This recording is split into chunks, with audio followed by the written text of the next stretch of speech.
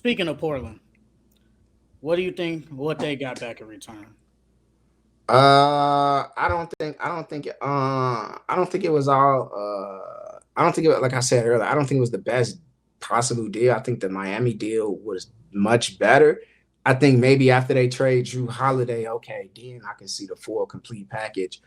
I don't think they got back what they could have got for Dame. The other listeners, I think there may be a little bit of drama between. I think they feel slighted towards Pat Riley for not like crumbling to them. Like it doesn't make sense to me that they got what they got back for Dame because they just have to move Jrue right again. Like that's gonna be the full package. I'm not feeling it. I think yeah, it looks good and it's great, but I want to see when it's done after they move Jrue. What you got? Honestly, I like what they got. You got a younger big to go. You got DeAndre Ayton, who I think will play good. He fits this timeline with Scoot, Anthony, and Shaden Sharp. Yeah, you got Jrue. Like you said, I don't think he's gonna be there either. But he has trade value. He has really good trade value. It's just what are they gonna give up for him?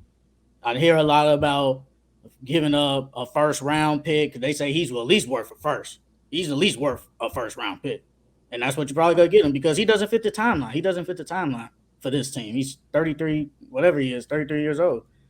And they talking about he can get a contract extension. No, and Portland does not want to pay that. They're not gonna pay that. But getting back them draft picks later down the line, yeah, they're in 28, 30.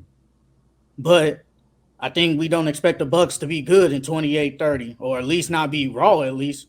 So those picks could be at least valuable. And then they can potentially trade them off or they can get somebody good in the draft. But Jrue Holiday, he's gonna be worth a lot. And I want to see what they can get back for him. Because I know you put some lists in there. Some of them were good, but some of them I was like, well, some of them can't even happen. Realistically, some of these can't even happen. But some of them were decent though. Read off the ones that you like so the Me viewers can. personally, you was talking about Malcolm Brogdon. In my head, I said, why would I do this?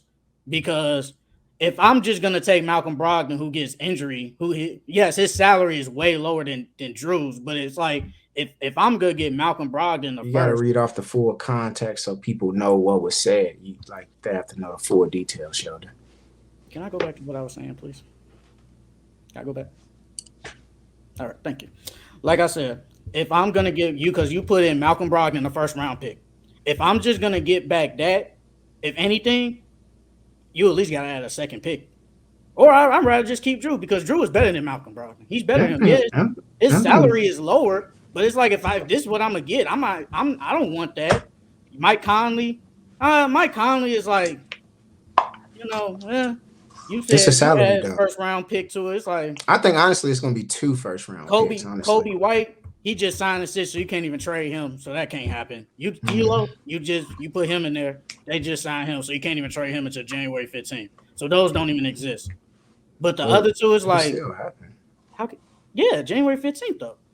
How can it I happen mean, now if he can't get traded? If they I can't get mean, traded? it can. That's what I'm saying. It could still happen. But I'm talking. But didn't you just say we expect him to get traded Monday, right?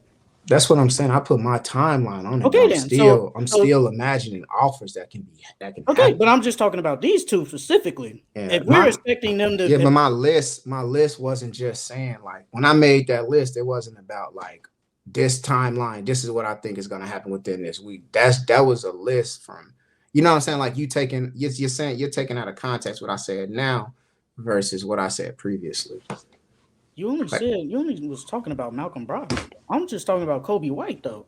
yeah, Like that's what I'm Kobe saying. White. I mean, I'm just saying if Kobe White can't get traded, and I think we expect Jrue Holiday. I think we expect Jrue Holiday to get traded by media day or at least during training camp. So by that, this trade doesn't exist. It doesn't. It just doesn't exist. The same with D'Lo. It doesn't exist because we expect Jrue Holiday to be traded. Now, if they keep him during the season up to January 15th, there is a possibility. That's a possibility. But as of right now, I think we all expect him to be traded by Monday at least. So the trade just don't exist. Malcolm Brogdon, you gotta give me another first. Because I'm not taking an injury prone guard who's weaker than the guard I already got. I'm not doing that. I'm just not gonna do that. So you better give me two first round picks and Malcolm Brogdon. I'll do it. I'll do it, but just Malcolm Brogdon injury prone ass and a first, nah, I ain't moving me. They ain't moving me. Mike Conley, I think Jrue, yeah, like I said, I think about it. But like I know you said 2024, but do you think those picks are valuable now though? Those teams are good. So do you think those picks are valuable though? I don't know. It depends on what they want to do. Because So that's why they want my bad. Go ahead. yeah, I'm hearing what you're saying. Like you critiquing the fuck out of what I said, but I've yet to hear you say anything about your predictions of what trades could possibly happen. Well, we didn't get to that part yet, so if I had to choose what team I would like him to go there, I would actually like him to go to Boston. I think he's perfect there with Boston. If I have to give up maybe a Malcolm Brogdon, maybe they really don't got a lot of assets, honestly. They just got a lot of picks, assets. They don't got a lot. I would like that. I guess if I had to, because that's all they got, I'd take Malcolm Brogdon. I would actually like him to go to the Knicks. I think that'd be a perfect fit, me personally. If you can give me Emmanuel Quigley, the expiring contract, because I saw that online of Evan Fournier. I'd do that. Evan Fournier is he's a good player, comes off the bench, shoot threes, plays, he don't play no defense, but somewhat. But you get Emmanuel Quigley, instant offense off the bench. I'll do that for just Jrue Holiday. Maybe gotta add some picks though. To the But I'll do Knicks, that. Jrue Holiday to the Knicks. Yes, sir. He can play the two. Yeah. It bolts up their perimeter defense. I think Quentin Grimes is a decent defender, but I think Jrue Holiday is way past him. He's way past him. So I think that is a upgrade over Quentin Grimes. You put him and Jalen Brunson in the backcourt. I don't know about that. I don't know about that. I don't like sell me on it. Tell me tell me more. I mean, I don't know what more you want me to tell you. Like, what, I don't know. You saying you ain't sold. Why you not sold on it though? Like, why you don't like it? What's wrong with Jrue Holiday in the backcourt of the Knicks? Because I just think like Jalen Brunson and Jrue Holiday, like they're like sort of the same players to me, and it's like No. I like the role of Jalen Brunson and what he do. I get that Jrue brings like a defense, but it's like I feel like his role really shrinks. He's not able to be any type of real facilitator, and I don't see how like Jrue But does but we're anything not outside of this. asking him to be a facilitator though, because when That's he what was I'm saying. It doesn't like but when he was on the Pelicans and he wasn't that, and even playing with Lonzo, they were still okay. When Lonzo was the point and Jrue was playing the two, they was doing decent. So it's basically the same thing. It's the same thing. I'm not. That's why like, I'm not sold. I don't like paint the picture to me. Like, what would a game of Jalen Brunson, Julius Randle, R.J. Allen, like this starting five? Paint me. What does the game look like? I mean, Jalen Brunson is going to be the point guard. You're going to have Jrue Holiday. He can. I'm not saying 3 and D, but just having another ball handler, because that's what they didn't have. They really didn't have another ball handler on the court. Julius Randle could handle the ball, but he be a little wild with the ball. You don't want that. You don't want him to have the ball in his hands like that. But having another ball handler on the court and Jrue Holiday, who's like I said, a good defender, that helps. And it helps with Jalen Brunson on defense too. Like I said, did you watch when Lonzo and Jrue Holiday played together with the Pelicans? Tell me, how did that work out? It Paint worked this out picture for me. decent. It worked Like, out. what did the plays look like? What did it look like? I'm not gonna ask you. I don't know about that. I have to go back and look at the tape. On that. But putting Jrue Holiday at the 2 where he has played before, that's not bad. That's not bad at all. I think you want, what do you want Jrue Holiday to be the point? Because you don't see, because it's like if he's not the point, what does he do? Is that what you're saying?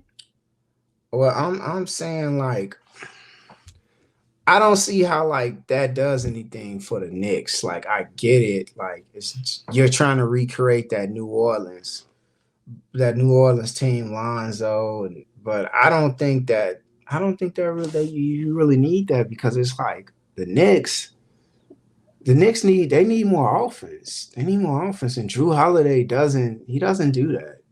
The Knicks, they needed someone else that can get going. That's the biggest critique, was that RJ was looking like he was burning out over the playoffs, and Jalen Brunson stole like Randall's like leadership role in the team, becoming that scorer. So it's like the Knicks needed more offense. And then remember we thought they saw it with Evan Fournier. They didn't go there. They didn't go there right. I don't think more defense, and then you're getting like a player who doesn't really get there on his own isolation. Jrue Holiday can. You said he could get a bucket, but he was ranked. He was ranked pretty low. Yes, you said in that. Isolation plays, but offense. Let's act like he can't get you at least 15. I'm not asking Jrue Holiday to give me 20. I'm not asking that. Because his role, if he goes to Knicks, yes, it's gonna for at least from a scoring aspect, it's gonna go down. But I'm not asking you to give me 20. I'm just asking you to at least give me 14, 15 points. I don't see and it. He can do that. But like that's the thing. As a shooting guard that's going against, they're gonna have to go through. They're gonna go through Philly. They're gonna have to go through the Celtics. They're gonna have to go through the Bucks. I just don't see. But the difference is Julius Randle, he just plays bad in the playoffs. That's his problem. If he shows up in the playoffs, it's a different story. Jalen Brunson, obviously, we saw what he could do in the playoffs when he's the guy. RJ Barrett, we always say he's like a consistent a rhythm shooter, so he has to be in rhythm. But why, if that was the case, why didn't if they need offense? You have Evan Fournier sitting there on the bench. Why doesn't he play there? You signed Kemba Walker for offense. Why did they just get rid of him then? Because they don't play defense. And Jrue Holiday plays defense. He can get it. He can score. He can get you 14 and play defense. That's all you need him to do. That's what I'm saying. If that was the case, I would have just put Evan Fournier back in the damn starting line. This one I'm not sold on it because I just had Jrue Holiday being my third option scoring guy. And he didn't do that well. I just had Jrue Holiday in a championship team, and I was asking him to get 14. I'm asking him to get 16. And he did not do that well. And it was like we just seen a championship team move off of him and we're gonna ask him to do the same thing. I mean, I get it. I can see it. It's to me, it's like it sounds good, but I think it's like fool's gold. I just don't Holiday understand. averaged 19 points last year. And it didn't feel like he did that for them. Like it didn't feel like he was that guy for them that you needed that offensive push for him in the playoffs. He averaged 19 with Giannis missing 3 games, right? No, this is his regular season. This is just his regular season, 19 points. Regular season. And what did he do during the playoffs when Giannis was out? He had 16. When you needed him to be there. Yes, but we're not expecting that though. If we expect Julius Randle to do his job, if we expect RJ Barrett to do his job, we're not asking Jrue Holiday to go out there and get 19 and 20 points. We're not asking that. But to get a player that I just seen him asked to do the same thing and he didn't do it. I'm gonna end it right here. Is Jrue Holiday an upgrade over Quinn Grimes at the 2 guard? Yes or no? I don't know if it is for the team. I think better player, but I don't think it's always the best move for the team. I don't think it always equates to having a better player that equates that the team is just better. I don't think it works like that. Okay. I don't believe in it. I previously said the same thing multiple times. Okay. I don't think that you always just get, he's the better player that makes the team better. It doesn't always equate to that. Because we just seen right now. Listen. I'm not done. The better player. So there you go. But you just said, but are they gonna be the best? And it doesn't equate to that. I'm saying to you right now, because you're getting someone who's stellarly better on offense. And defense. Wait, what? I'm talking about. You said with Dame. Okay, let me just finish. No. I'm talking about Sheldon, let me finish my analogy, Sheldon. Thank you. The same thing we just seen. DeAndre Ayton is the better player over Yusuf Nurkic. We all clearly know that. But for some reason, we still say that, you know what? Your Nurkic is going to fit the team better for what he does to the Suns than what Ayton. And the fact of the matter is Ayton is the better player, but he does not help the team more than what Nurkic would. Because it's you got attitude, you got buy-in. It doesn't always equate to skills. And I'm telling you, I don't buy into that. Do you think Jrue Holiday is going to have an attitude? I don't think. I don't. If he goes to the Knicks, do you think he has an attitude? I don't think Jrue Holiday has an attitude. No. Do you think he buys into a Tom Thibodeau defensive first team? I think. Yeah, he does. All right, then. So if you think all that, there's not.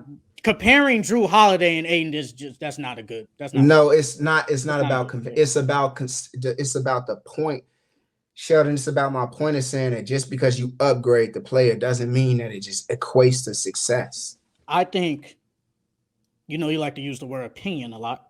In my Everything is opinion, an opinion on a sports podcast. in my opinion, I think Jrue Holiday is an upgrade over Quinn Grimes as a 2 guard, and I'm just gonna leave it right there.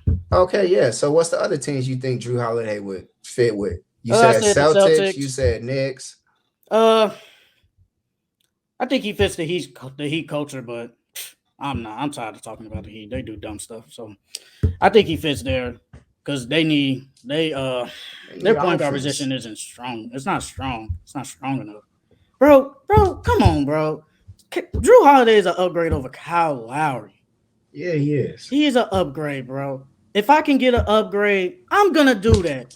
And that's it. If they get him, good job, Pat Riley, because you've been tweaking the last years. You've been tweaking.